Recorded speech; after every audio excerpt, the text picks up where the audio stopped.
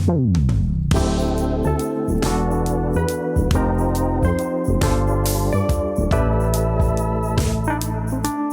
morning, everyone.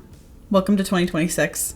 This is my first video that's going to be going up on this channel that's actually public. It's been a crazy morning. You know, I feel like I should give a little bit of context about what's going on today. So today's January 15th. Tomorrow's my birthday. I turned 25. Feeling very normal, not at all existential about that. We have about 1.5 feet of snow on the ground right now. And I promised there was an attempt for me to go to work today. And it did not happen. So I thought today would be a good time to get started on my first YouTube video. My setup here is kind of insane. This equipment is so old. I got this when I was in high school. You know, it is so okay. It is so okay. I'm going to be working on a little sock today. I don't remember what the name of the pattern is for this sock, but I will link it below because it's from Ravelry. It's a free pattern. That's going to be a theme for me, is knitting while I'm recording. Because I'm not holding this microphone. For my first video, I thought it would be a good idea to kind of talk about my resolutions for the year. I know that you can create new goals for yourself at any time of the year, but the beginning always feels very fitting for setting new goals, especially because my birthday is in January, so it's kind of like I'm setting a goal for the year that I am 25. I personally don't use the term resolution. I feel like there's a lot of baggage that comes along with that term, and it feels like if I use that, my goal is going to be doomed. And goals are finicky for me anyway. I have ADHD. It's hard for me to maintain motivation for something for like day to day, let alone for an entire year. I also work in retail, so I'm responsible for sales goals all the time. On one hand, my brain likes the simple math of it, like, oh, you hit the goal, good job, little dopamine boost. But I don't like the implication that my worth as an employee is based on whether or not I can hit an arbitrary number that some algorithm spit out for me. That doesn't feel good to me, personally. And I'm also not the kind of person that once I hit a goal, I'm really motivated to see how far past the goal I can hit. Once I hit the goal, I'm like, okay, I'm done now. I don't have to try anymore. I found what generally works best for me is to have a principle or a value that I want to develop in myself and find things that kind of bring me closer to that value rather than setting a concrete goal. After a period of time, then I can evaluate if any of those practices are working, if I still feel like that goal is important to me, and I can adjust and change my strategy going forward. I think it allows me to have a little bit more patience with myself, because behavior change for anyone is difficult, especially if you're neurodivergent. And I shouldn't expect perfection from myself. That's unrealistic. My one caveat is I have found concrete goals to be helpful when it comes to reading books. So setting a reading goal for myself for the year. My goal this year is 100 books, but I haven't finished any so far in January. So again, that does work for me because it gives me a little dopamine boost every time I get to check off a book. But there are other downsides to that, which is beyond the scope of this video. I've watched YouTuber and streamer Mal Makes for several years, and for the last few years she's talked about doing an annual theme, which I found out comes from another YouTuber named CGP Grey. I'll link the video in the description that this comes from. The idea is that rather than setting a specific goal, you set a theme. So rather than saying, oh, I want to run more, or I want to run every day, you say, this is the year of running, or this is the year of exercise, or this is the year of health. So it's a little bit more broad. And I've always found this idea compelling. I just never did it myself. I thought that having only one theme would be too restrictive because, again, I could change my mind. And then I realized that I could set more than one. So that's what I did this year. I struggled at first to decide which intentions I wanted to set. A little bit of framing for how my new year went. I was, trying to survive retail hell through December. And then over New Year's, I got very ill. So there was not a lot of opportunity for me to set my intentions in advance. But once I started asking other people about their resolutions, that kind of motivated me, and they fell into place pretty quickly.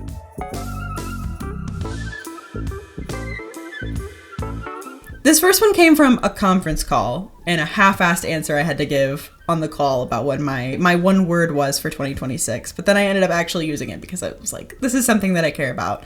So first intention for 2026 is the year of community. So I'm going to be enrolling in my local community college and taking some Spanish classes. I need to watch more Community. Maybe that should be part of my intention, is to watch more seasons of Community. I've become increasingly convinced that the only way we're going to get through whatever the fuck is going on in the United States is by leaning on each other. And I really want to prioritize building relationships and reciprocity. I'm friends with many of my coworkers, and I want to care for them more as my community and rather than as my competition. Being friends with your coworkers is one of the best ways to make work bearable. I was really inspired by a couple of books that I read last year by Robin Wall Kimmerer. The Serviceberry and Braiding Sweetgrass were the two that I read and I absolutely love. And reciprocity is a really big theme in both of those books, both in terms of relating to other humans and also to the natural world. Kind of a recurring theme in The Serviceberry is that all flourishing is mutual. So that's really the kind of mindset that I want to foster in 2026. And then next up is the year of we have that at home.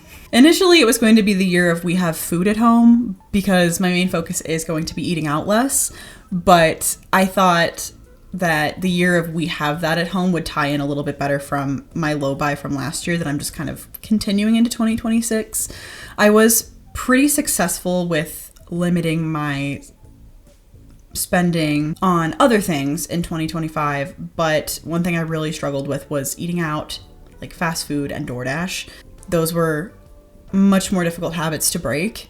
It's not good for me. It's not good for my wallet. It's not good for the planet, but somehow none of those three things were motivating enough to discourage me from going out and buying a wild strawberry freeze and nacho fries from Taco Bell whenever I wanted. They're just too good. I don't know what else to say.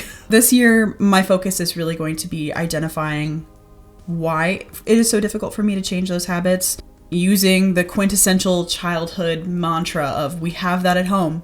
I find that when I'm hungry is when my inhibitions are at their lowest, and also when my impulsivity is at its highest. It's kind of a perfect storm of enabling me to act on any urge that I have to go buy fast food. So part of my plan is to create more systems that make it easier and more convenient for me to choose the homemade option, such as keeping snacks with me to eat on the way home instead of stopping at McDonald's. I did work really hard to reduce my consumption in general in 2025. It really does require a whole mindset shift to shut off the impulse to spend and the desire to just have more and more and more. Okay, I have one more row in the pattern before I have to do the cables. I have to keep track of where I am in the pattern. I should have chosen this project.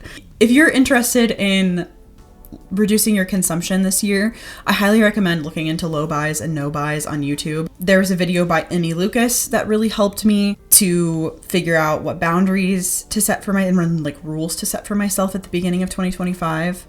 I also recommend a couple of books that I read last year. So there's The Buy Nothing, Get Everything Plan by Liesl Clark and Rebecca Rockefeller. And then there's a book called The Day the World Stops Shopping by J.B. McKinnon that is kind of a whole thought experiment about what it looks like to significantly reduce consumption.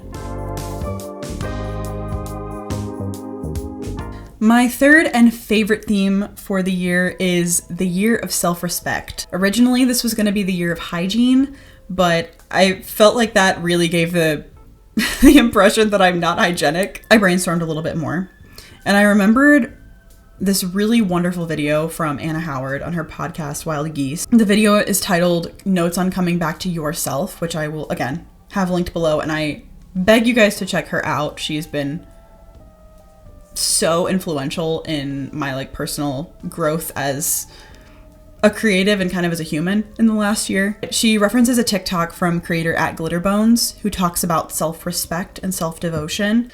The line about reheating your food on a plate instead of in the plastic takeout container, for some reason, has lived in my mind for months. And I realized that this just aligns perfectly with what I want to prioritize in 2026. I want to care for myself more, not in a cliche, commercialized self-care kind of way, but in a way of showing myself respect. Caring for myself not by taking a shortcut and avoiding a little bit of discomfort, but by taking the extra few seconds to load my bowl into the dishwasher instead of leaving it for my future self to deal with. Flossing my teeth regularly so my future self doesn't have to deal with gum disease. By choosing to cook a good meal for myself because I deserve better than chicken nuggets eaten out of the bag on my way home from work.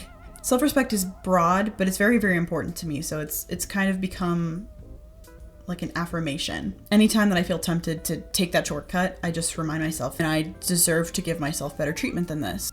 And while I can't speak on how this is going to play out in the long term, I will say that it's had a big impact on me in the last couple of weeks. So I'd really love to hear from you guys what your resolutions, your intentions, your goals are for 2026.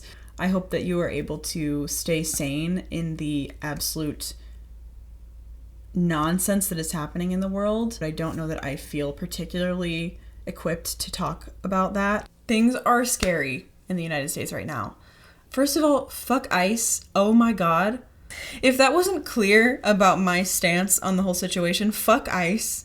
It's really hard to maintain any level of hope and sanity and like, oh my God, how the fuck am I supposed to just continue on with my normal life when this is happening around me? And I don't pretend to have any answers for that because I don't know. I don't know how we're supposed to do it. Despite all of the insanity that's happening, it is still very important to take care of yourself so that you have the strength to go out and do the work that needs to be done. And I know that there is a level of privilege that comes along with being able to prioritize yourself. If you have that privilege, take care of yourself so that you have the strength to take care of your neighbors. I hope this made sense. I hope that you enjoyed kind of listening to this in the background as a little podcast. I will keep you guys updated on how my annual themes are going and on how the snow is melting because I chose to live near a Great Lake, so it's really my own fault. And that is all for me today. Goodbye. I will see you in the next one, whenever that is.